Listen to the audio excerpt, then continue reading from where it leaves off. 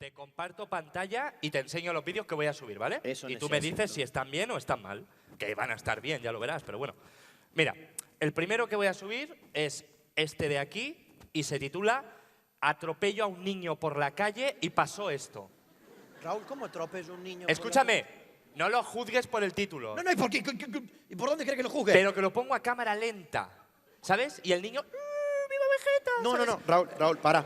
Es- Para.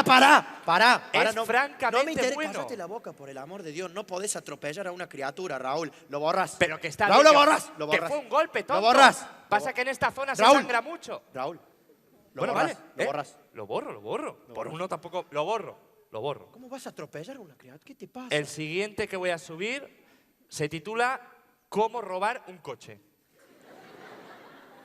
¿Cómo? Pero esto es cultura general. Luego vienen los padres, los youtubers estos no enseñan nada a mi hijo. Raúl, Mira si enseño, Raúl. señora. Raúl, por favor. Raúl, ¿me podés escuchar, Esto por en favor? Badalona te lo Raúl, ¿me enseñan en la podés ESO. escuchar, por favor? ¿Me podés escuchar? Estás enseñando a delinquir. ¿Qué te pasa? ¿Qué te pasa? ¡Tonto! Lo borras. En The Walking Dead todos saben robar un coche. Raúl, lo borras. Lo borras. Vale. Lo borras. No pasa nada, lo borras. El siguiente que voy a subir, este te va a gustar. Se titula Guiones gilipollas.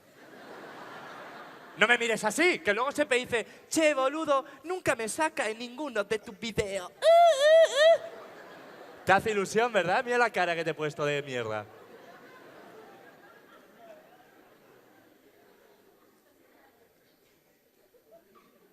Lo borras. Lo borras.